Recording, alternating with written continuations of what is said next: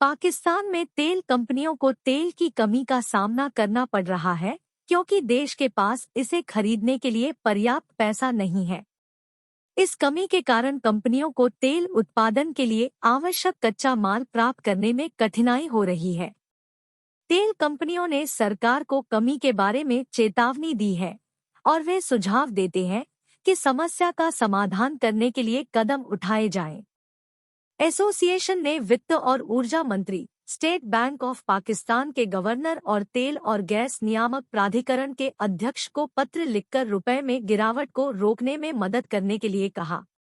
उन्होंने कहा कि तेल उद्योग मूल्य निर्धारण में विदेशी मुद्रा के नुकसान को ठीक करने के लिए एक पारदर्शी तरीके की लगातार मांग कर रहा है और यह कि सरकार को मौजूदा विनिमय दर के आधार पर कीमतों में तुरंत संशोधन करना चाहिए, लेकिन अगर अभी यह संभव नहीं है तो इसके लिए सिस्टम बनाया जाए। कच्चा माल आयात करने में हो रही दिक्कत। हाल ही में पाकिस्तानी रुपया डॉलर के मुकाबले गिर रहा है।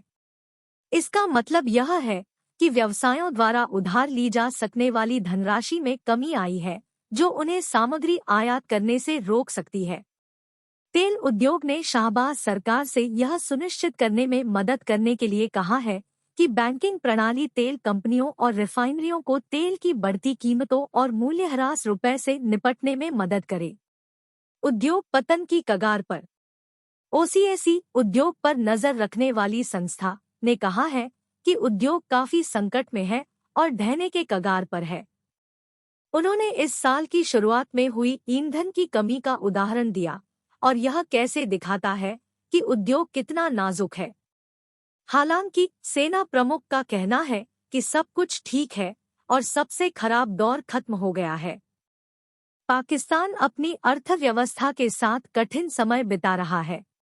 बहुत से लोग खाने के लिए लड़ रहे हैं और आईएमएफ मदद करने की कोशिश कर रहा है, लेकिन आईएमएफ बहुत सख्त है और पाकिस्तान में लोग उतनी मदद नहीं कर रहे हैं जितनी उन्हें करनी चाहिए। इस बीच अन्य देश सिफारिश कर रहे हैं कि पाकिस्तान आईएमएफ से मदद स्वीकार करे, लेकिन इस बात की कोई गारंटी नहीं है कि पाकिस्तान को कोई विशेष धन मिलेगा। पाकिस्तान से पहले इस देश की हालत हो चुकी है बदहाल। पिछले साल श्रीलंका की अर्थव्यवस्था की हालत खराब थी। इसके चलते देश को दिवालिया घोषित कर दिया गया। पाकिस्तान भी बहुत सारी आर्थिक समस्याओं का सामना कर रहा है और ऐसा लगता है कि हालात और भी बदतर हो सकते हैं। ऐसा इसलिए क्योंकि देश की परेशानी के लिए पाकिस्तानी सरकार की नीतियां जिम्मेदार हैं। पाकिस्तान में महंगाई चरम पर है और लोगों की आमदनी तेजी से गिर रही है। इससे लोगों को कमाई से ज्यादा पैसा खर्च करना पड़ रहा है, जिससे पाकिस्तान की कर्ज की समस्या और भी बदतर हो रही है। अगर पाकिस्तान को आईएमएफ से $1 अरब की आर्थिक सहायता मिलती है तो पाकिस्तान के लिए अपनी आर्थिक गिरावट से बचना बहुत मुश्किल होगा। पाकिस्तान अपने कर्ज की समस्या से बाहर निकलने के लिए लगातार नए कर्ज ले रहा है, लेकिन अभी भी यह काफी मुश्किल है। आईएमएफ का कहना है कि अगर पाकिस्तान को एक देश के रूप में गंभीरता से लिया जाना है तो उसे यह सुनिश्चित करने की जरूरत है कि उच्च आय वाले लोग अपने करों का उचित हिस्सा अदा करें और केवल गरीबों को ही सरकारी सहायता मिले। यह महत्वपूर्ण है क्योंकि यह देश के वित्त को बेहतर बनाने में मदद करेगा। अंतर्राष्ट्रीय मुद्रा कोष की प्रमुख क्रिस्टालिना जॉर्जीवा ने कहा कि पाकिस्तान को ऐसी स्थिति से बचने के लिए कुछ सख्त कदम उठाने की जरूरत है जहां उसे अपने कर्ज के पुनर्गठन की जरूरत होगी। इससे देश के लिए खतरनाक स्थिति पैदा हो सकती है। समाचार पत्र डॉन के मुताबिक उन्होंने कहा, आईएमएफ पाकिस्तान के गरीब लोगों को बचाना चाहता है, लेकिन अमीरों को सब्सिडी का लाभ नहीं मिलना चाहिए। सब्सिडी गरीब को मिलनी चाहिए। उन्होंने कहा, हम जो मांग कर रहे हैं वो पाकिस्तान को एक देश के रूप में काम करने में सक्षम बनाने के लिए जरूरी है। उसे ऐसी खतरनाक स्थिति में जाने से बचना चाहिए जहां कर्ज को पुनर्गठित करने की जरूरत पड़े। उन्होंने कहा कि जो लोग सार्वजनिक या निजी क्षेत्र में अच्छा पैसा कमा रहे हैं उन्हें अर्थव्यवस्था में योगदान देना चाहिए। पाकिस्तान में आर्थिक संकट के बीच देश के रक्षा मंत्री ख्वाजा आसिफ ने कहा कि देश पहले ही चूक कर चुका है और इसके लिए प्रतिष्ठान, नौकरशाही और राजनेताओं सहित हर किसी को जिम्मेदार ठहराया है। यह कहते हुए कि पाकिस्तान के लिए एक स्थिर देश बनना महत्वपूर्ण है। सियालकोट में एक समारोह को संबोधित करते हुए ख्वाजा आसिफ ने कहा, आपने सुना होगा कि पाकिस्तान दिवालिया हो रहा है या एक डिफॉल्ट या मंदी आ गई है।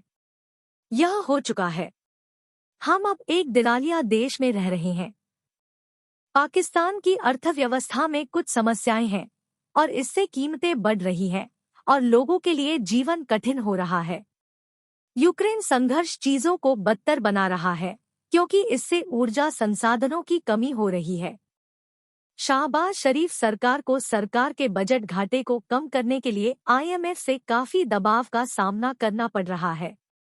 IMF सरकार से करों को बढ़ाने के लिए कह रहा है और ऐसा इस तरह से करने के लिए कर रहा है जिससे घाटे को नियंत्रण में रखा जा सके।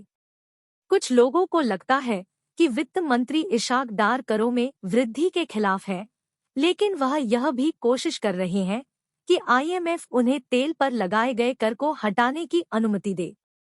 सत्ताधारी गठबंधन के लोगों को लगता है कि अभी कोई और कठोर निर्णय लेना अच्छा विचार नहीं है क्योंकि इससे लोगों को बहुत नुकसान हो सकता है।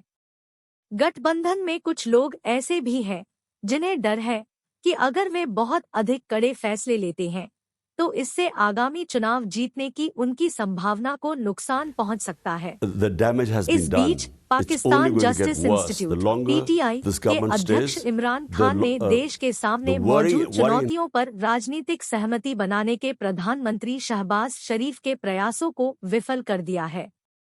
उन्होंने 7 फरवरी को सर्वदलीय बैठक में भाग लेने से इनकार कर दिया। उनका कहना है कि वे आयात फासीवादी सरकारों के साथ सहयोग नहीं कर सकते।